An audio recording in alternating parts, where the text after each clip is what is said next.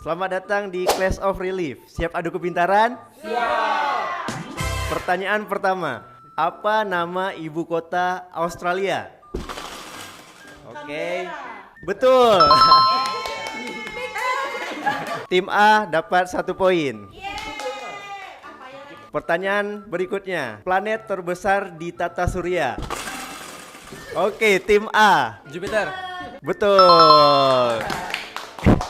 Pertanyaan ketiga, kali ini pertanyaannya Islami. Saat apa umat Islam diwajibkan berpuasa sebulan penuh? Oke, tim B. Bulan Ramadan. Betul. Pertanyaan selanjutnya, nabi yang membelah lautan.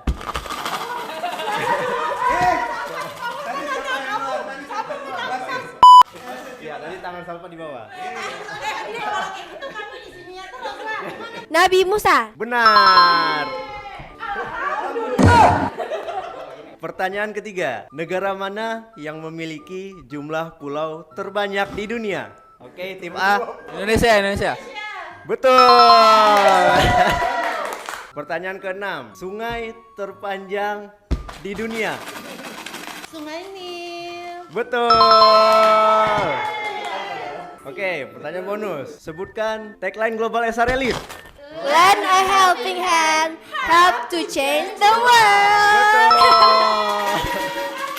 Skor akhir dimenangkan oleh tim A dengan skor untuk tim A 4 dan tim B 3. Jadi pemenangnya adalah tim A.